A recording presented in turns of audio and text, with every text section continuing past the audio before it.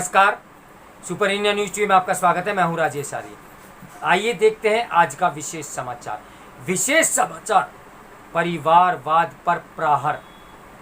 हैदराबाद में प्रधानमंत्री ने जिस तरह परिवारवाद की राजनीति पर जमकर हमला बोला और उसे लोकतंत्र के लिए खतरा बताया, उससे यही स्पष्ट हुआ है कि वह इसे भाजपा का प्रमुख एजेंडा बनाने के लिए कमर कस चुके हैं।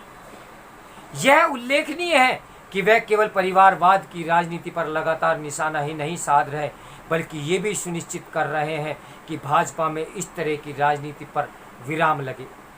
इसकी अनदेखी नहीं की जा सकती कि कुछ समय पहले उन्होंने साफ तौर पर कहा था कि 5 राज्यों के विधानसभा चुनावों में भाजपा नेताओं की जो संतानें चुनाव मैदानों में नहीं उतर सकी, उसके लिए वे खुद जिम्मेदार हैं।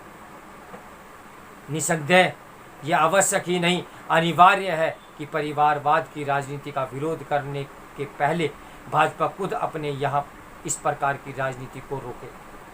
परिवारवाद की राजनीति के 2 पहलू हैं।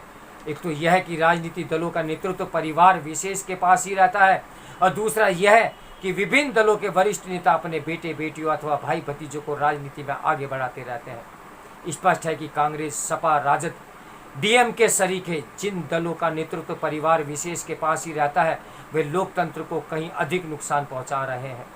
ऐसे दलों में परिवार विशेष के सदस्यों के अतिरिक्त अन्य कोई नेता पार्टी की कमान संभाल ही नहीं सकता। दुर्भाग्य से देश में ऐसे दलों की संख्या तेजी के साथ अब बढ़ती जा रही है, जहां नेतृत्व परिवार विशेष के पास ही रहता है। विडंबना यह है कि उसमें कई दल ऐसे हैं जिन्होंने अपनी राजनीति का आधार ही कांग्रेस के परिवारवाद के विरोध को बनाया है। अब तो स्थिति यह है कि हाल में गठित छोटे छोटे दल भी परिवारवाद को बढ़ावा देने में जुट गए हैं।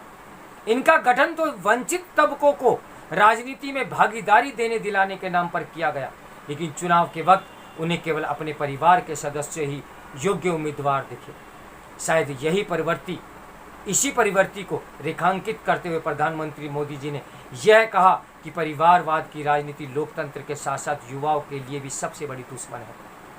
यह अच्छा हुआ कि उन्होंने ये बात उस तेलंगाना में कही जहां के मुख्यमंत्री चंद्रशेखर राव ने अपने बेटे को पार्टी का कार्यकारी अध्यक्ष बना रखा है।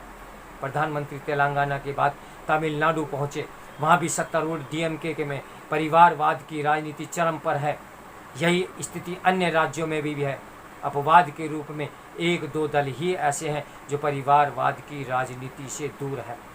तो मेरे साथ बने रहिए सुपर इंडिया न्यूज टीवी की ब्रेकिंग न्यूज के लिए। नमस्कार, मैं हूं राजेश आर्य।